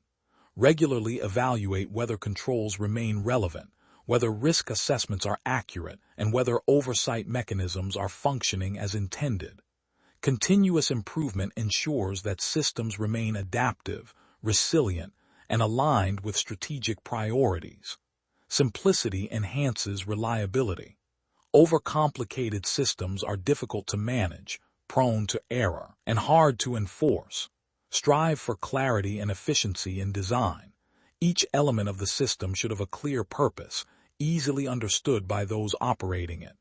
Complexity without clarity is vulnerability disguised as sophistication. Transparency within the system strengthens trust and compliance. Everyone involved should understand their role, the rules, and the reasons behind procedures. Transparency reduces confusion, enhances accountability, and ensures that the system is consistently applied. Strategic vigilance is most effective when all participants recognize the framework that guides their actions. Systems of security are not reactive shields, they are proactive enablers. They allow you to act decisively, allocate energy efficiently, and focus on opportunities while minimizing risk. They transform vigilance from a personal strain into an organizational advantage. They turn awareness into structured protection and potential into certainty. Ultimately, the purpose of these systems is to preserve sovereignty. They protect resources, enforce boundaries, and maintain autonomy. They convert vigilance into sustained control, freeing attention for strategic growth rather than constant crisis management.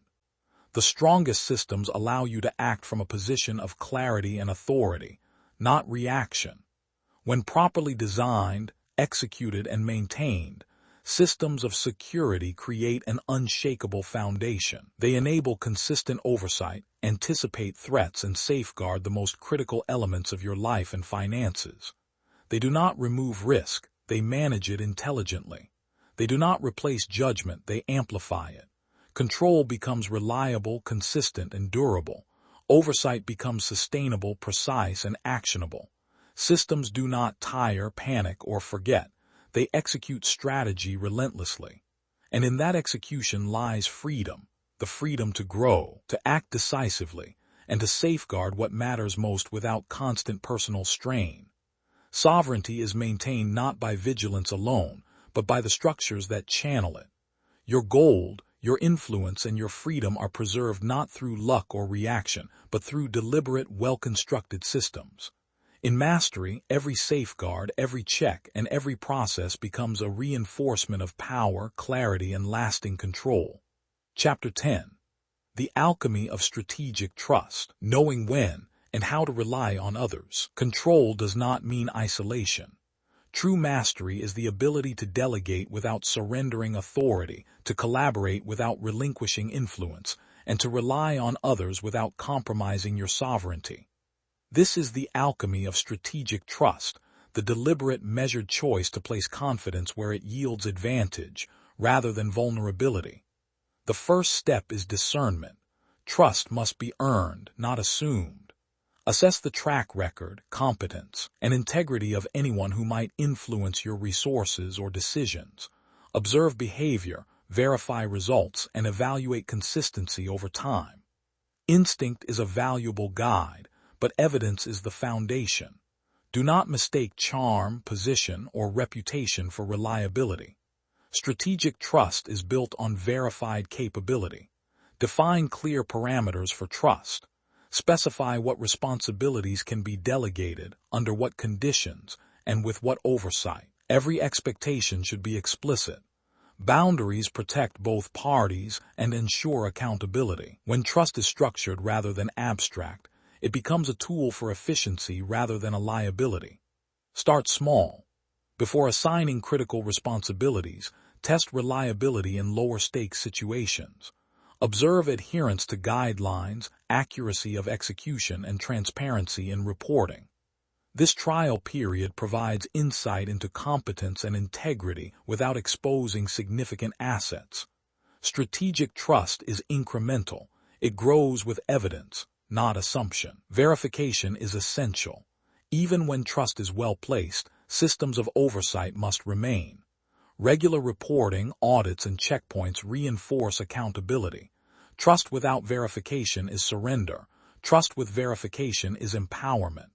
By maintaining these safeguards, you ensure that reliance never becomes vulnerability.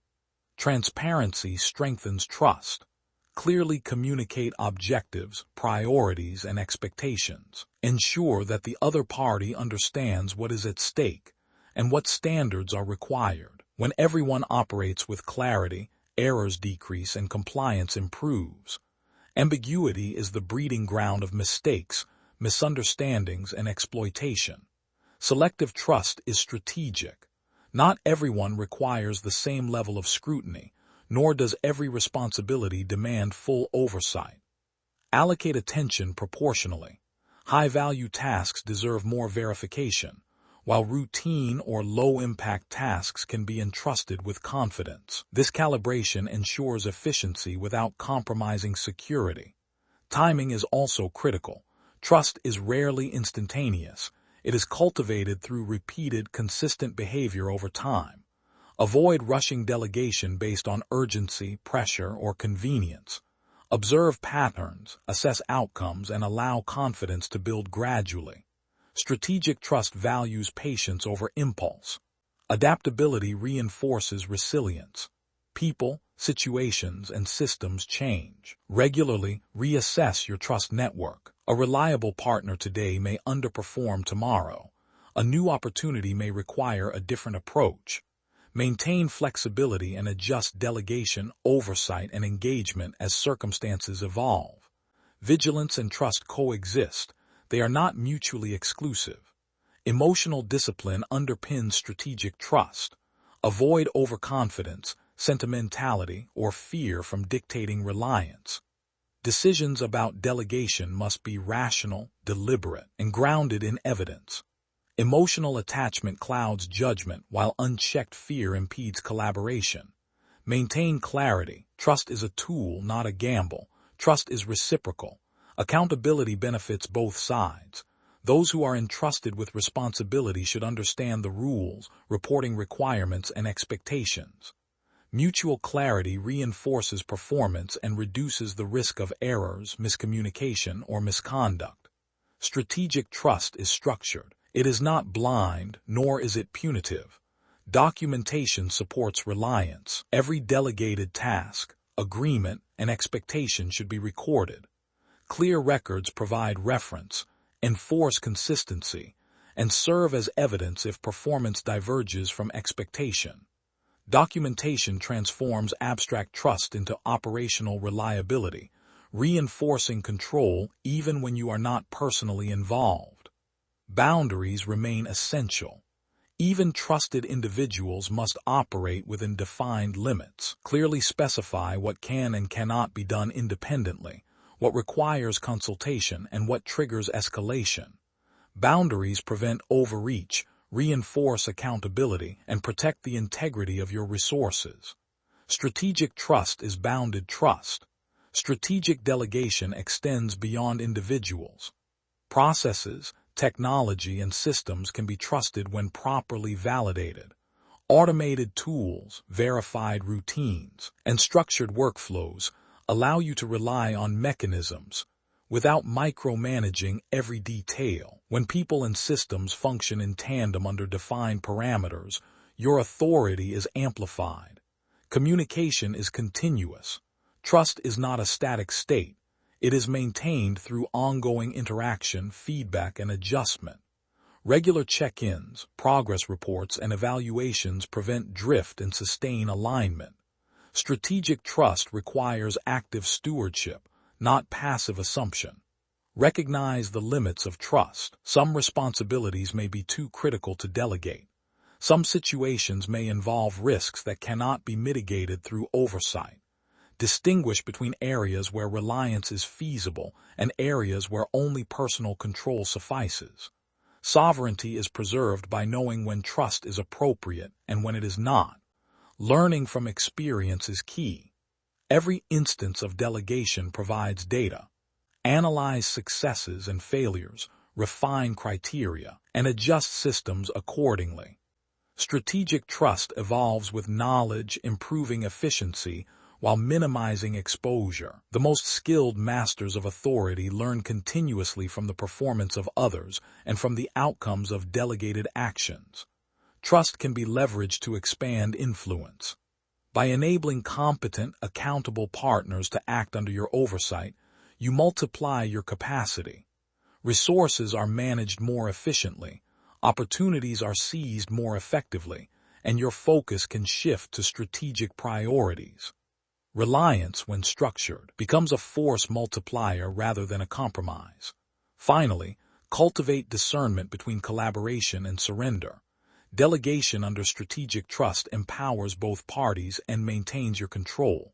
Blind reliance, however, cedes authority and introduces vulnerability. Evaluate every interaction through the lens of empowerment and oversight. Ask, does this arrangement enhance control or diminish it? Strategic trust always serves sovereignty. The alchemy lies in transformation, turning reliance into leverage, delegation into reinforcement, and collaboration into controlled expansion. When trust is intentional, verified, and structured, it strengthens your authority rather than weakening it. Strategic trust is not passive. It is deliberate, measured, and constantly evaluated. It allows you to operate at a higher level, confident that the systems and people you rely on function as intended. It turns relationships into instruments of efficiency, not avenues for compromise. In mastering strategic trust, you transform dependence into partnership. You reclaim time, amplify effectiveness, and maintain control even while leveraging others. Authority is preserved, influence is extended, and resources are protected. Trust becomes a strategic asset, fully aligned with purpose and fully under your oversight. The ultimate lesson is clear. Power is not diminished by reliance. It is enhanced when reliance is earned, verified, and structured. The careful alchemy of strategic trust allows you to multiply capacity, preserve sovereignty, and act decisively without overextending. It is the bridge between vigilance and leverage, between control and collaboration, and between isolation and mastery. Chapter 11. Shadows Integrated. Embracing both caution and confidence. Mastery is not a matter of extremes. It is the balance of vigilance and decisiveness, caution and confidence, observation and action. The most effective strategist knows the shadows intimately, not to dwell in fear, but to illuminate the edges where risk and opportunity converge. Integration means understanding your instincts, acknowledging vulnerabilities, and leveraging strengths without hesitation. The first step is self-awareness. Understand where caution serves you and where it hinders. Recognize the patterns in your behavior, the moments when fear causes hesitation, the impulses that push you toward risk, and the blind spots that can undermine judgment. Awareness does not mean self-criticism, it means observation. Only by seeing clearly can you act with precision. Caution is an ally, not an enemy. It alerts you to hidden threats, subtle manipulations, and areas where oversight is necessary. It slows decisions that might otherwise be impulsive, ensuring that strategy guides action rather than emotion. When harnessed correctly, caution prevents loss and preserves autonomy. It is the foundation of informed confidence. Confidence, in turn, is not arrogance. It is the assurance that comes from preparation, knowledge, and consistent practice. Confidence allows decisive action when the situation demands it. It enables you to act swiftly, assertively, and effectively. Without confidence, even the best precautions are paralyzed by indecision. The integrated strategist acts from a position of readiness, not fear. Integration requires understanding context. Each situation demands a different ratio of caution to confidence. Low-risk, high-reward opportunities may warrant assertive action. High-risk, high-stakes circumstances may call for measured vigilance. Flexibility in judgment is essential. The strategist calibrates behavior to circumstance, blending careful observation with decisive execution. Trust in your judgment is essential. Decisions will never be perfectly safe, but mastery comes from choosing intentionally. Evaluate the information, weigh the probabilities, and act deliberately. The integrated approach is neither reactive nor reckless. It is purposeful, informed, and decisive. Confidence emerges from clarity, not assumption. Resilience is a product of integration. By balancing caution and confidence, you reduce the likelihood of being blindsided and enhance your capacity to recover when surprises occur. Vulnerabilities are acknowledged, but they do not dictate behavior. Mistakes are anticipated, mitigated, and learned from. Each experience strengthens both judgment and composure. Boundaries remain a core component. Integration does not mean relinquishing control in pursuit of collaboration or opportunity. It means knowing where to enforce limits and when to extend influence. Boundaries protect assets, time, and energy, and they clarify the rules of engagement for others. The integrated strategist respects these limits while acting with authority. Decision-making becomes more refined with practice. As you integrate vigilance and confidence, choices that once seemed daunting become manageable. You anticipate challenges without being immobilized, act decisively without being reckless, and trust your systems without assuming infallibility. The integration of shadows transforms hesitation into strategic momentum. Observation sharpens with experience.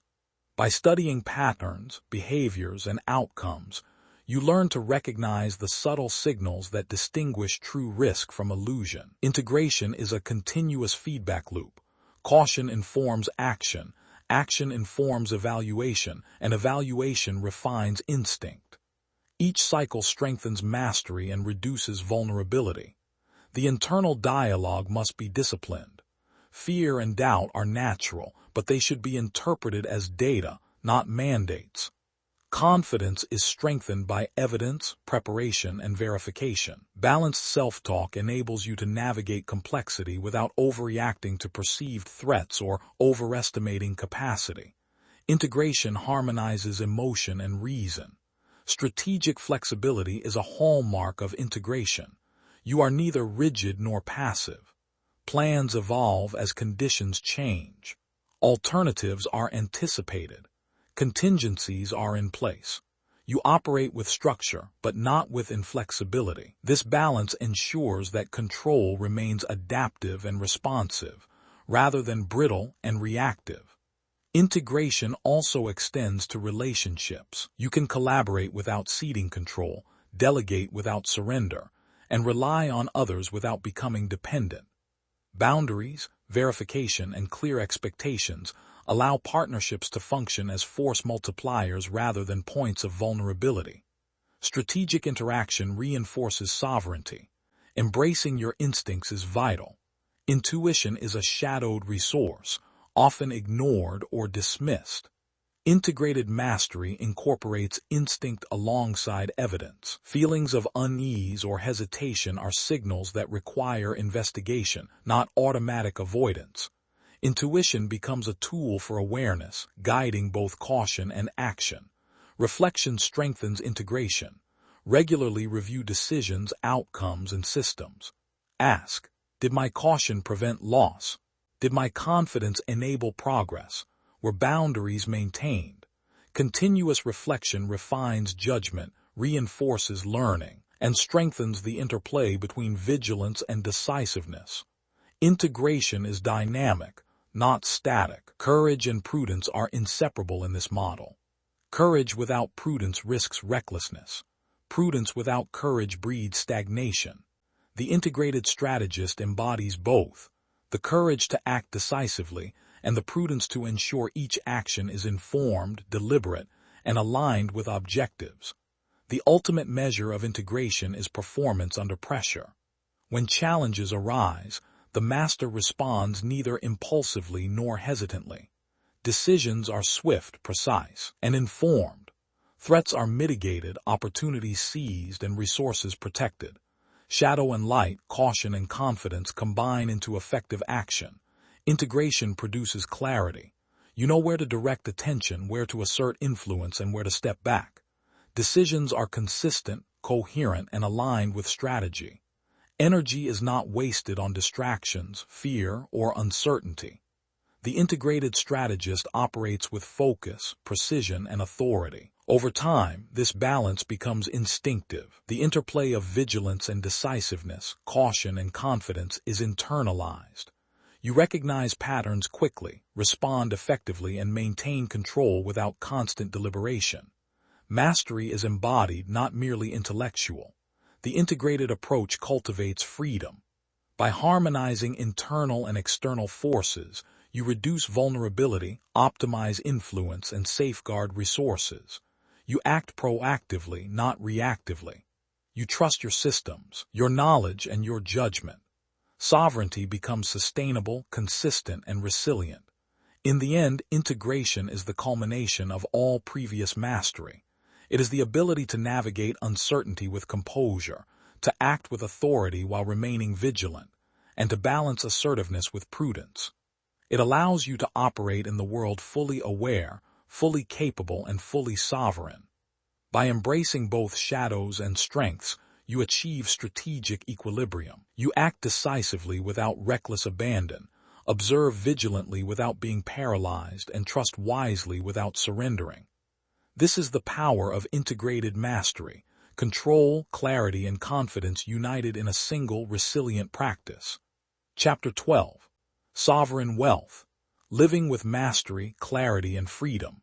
True financial sovereignty is the culmination of vigilance, discipline, and strategic insight. It is not simply the accumulation of wealth.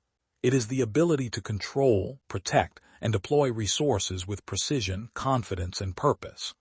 Sovereignty means operating from a position of authority, where every decision reinforces autonomy and every action amplifies influence. The foundation of sovereign wealth is mastery. Mastery begins with knowledge, understanding the mechanics of your resources, the structures that support them, and the systems that maintain control. It requires awareness of vulnerabilities, potential threats, and the subtle forces that can erode security. Mastery is not static. It is an active practice of observation, assessment, and refinement. Clarity is the second pillar. Confusion is the enemy of control.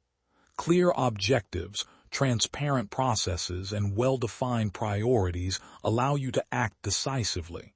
Clarity eliminates wasted effort and ensures that vigilance is applied where it matters most. When your strategy is visible only to you and your intentions are deliberate, you move through complexity without being ensnared by it.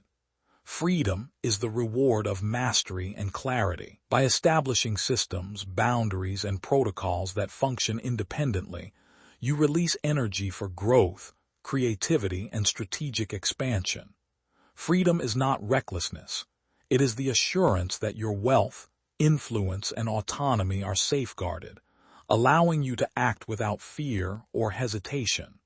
Sovereignty is reinforced by deliberate decision-making. Every choice, from investment to expenditure, should be intentional, informed, and aligned with overarching objectives. Impulsive actions are avoided.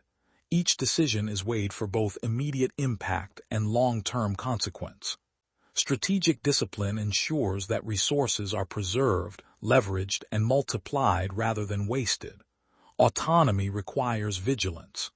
Even with mastery and clarity, the landscape is dynamic, filled with risks both visible and hidden. Continuous monitoring, verification, and assessment protect against complacency. Systems, safeguards, and checks remain active and adaptive, preserving independence while enabling proactive action. Sovereignty is maintained through constant, deliberate attention. Boundaries remain critical. Protecting your resources requires clear limits on what is shared, delegated, or exposed. Relationships, partnerships, and collaborations must operate within structured agreements that reinforce accountability and prevent exploitation. Boundaries are not barriers. They are instruments of control that safeguard autonomy and preserve strategic advantage. Trust is measured, strategic, and selective. Sovereign wealth is not threatened by collaboration, but it is preserved through discernment. Delegation and reliance are employed where appropriate, verified consistently, and structured to ensure that influence remains intact. Strategic trust multiplies capacity without compromising authority. Resilience is embedded in the system. Setbacks, market shifts, and unexpected challenges are inevitable, but sovereign structures allow recovery without loss of control. Contingency planning, redundancy, and adaptive systems ensure that threats are contained and responses are effective. Sovereignty is not the absence of risk, it is mastery over its impact. The integration of vigilance and decisiveness produces efficiency. Attention is focused on high-value areas, while routine processes are automated, monitored, and safeguarded. Energy is not scattered but concentrated where it produces the greatest return. The disciplined strategist achieves more with less effort, reinforcing both wealth and influence. Sovereign wealth is not static, it grows through intentional action. Strategic allocation of resources, investment in systems, and cultivation of opportunities expand both capacity and security. Growth is not reckless speculation but deliberate, calculated expansion aligned with long-term objectives. Every action enhances influence, authority, and control. Mindset underpins all of this. Confidence without arrogance, discipline without rigidity, vigilance without paranoia. These mental frameworks support sustainable mastery. Sovereignty is as much an internal state as it is an external condition. Control over self, over decisions, and over resources creates a foundation from which freedom and influence flow naturally. Legacy is a dimension of sovereign wealth. Resources are not merely preserved for immediate utility. They are structured to endure, to empower, and to influence beyond the present moment. Planning for continuity, protection, and strategic transfer ensures that authority and autonomy extend into the future. Sovereignty is both personal and generational. Systems remain active even in your absence. By embedding protocols, redundancies, and automated processes, sovereignty persists regardless of circumstance. Your vigilance is amplified and your influence extended. Sovereign structures allow the strategist to operate freely without constant manual oversight. Independence is reinforced by design. Reflection consolidates mastery. Periodic evaluation of decisions, outcomes, and systems ensures continuous improvement. Lessons are internalized, weaknesses addressed, and strategies refined. Sovereign wealth is not accidental. It is deliberately maintained through observation, learning, and adaptation. Ethics and integrity reinforce authority. Sovereignty is not simply about protection. It is about operating with clarity, fairness, and strategic discretion.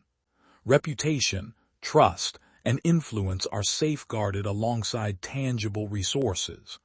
Authority exercised responsibly amplifies both freedom and opportunity. Ultimately, sovereign wealth is the intersection of control, clarity, and freedom. It is the ability to act decisively, safeguard resources, and pursue strategic objectives without fear or hesitation. It embodies discipline, vigilance, and insight, transforming financial and personal influence into enduring mastery. Living with mastery means that every system functions, every safeguard protects, and every decision is informed. Clarity ensures that resources are allocated purposefully, and attention is focused where it matters. Freedom allows energy to flow toward growth, opportunity, and the expansion of influence.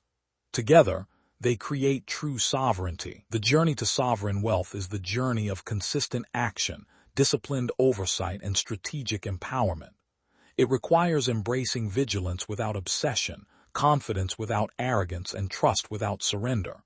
Mastery is practiced daily, clarity is maintained consciously, freedom is preserved intentionally. In this state, you are not merely wealthy, you are sovereign. You navigate the world with authority, influence, and precision. Your decisions are deliberate, your resources protected, and your freedom assured. Sovereignty transforms financial security into enduring power, vigilance into strategic advantage, and mastery into liberation. True mastery is not defined by how much you control, but by how effectively you preserve autonomy while amplifying opportunity. Sovereign wealth is not a destination. It is a living practice, an active state of command, and a framework for freedom that endures across decisions, time, and circumstance. Here, at the pinnacle of strategic control, vigilance, and trust, you act from strength, not fear, from clarity, not confusion, from authority, not reaction. You are the architect of your wealth, the guardian of your resources, and the master of your freedom. Sovereignty is your inheritance, your practice, and your legacy. In the end, sovereign wealth is not measured solely in gold, but in the enduring mastery it represents, the capacity to protect, expand, and act decisively while maintaining clarity, confidence, and unshakable freedom. This is true power. This is strategic mastery. This is sovereignty realized.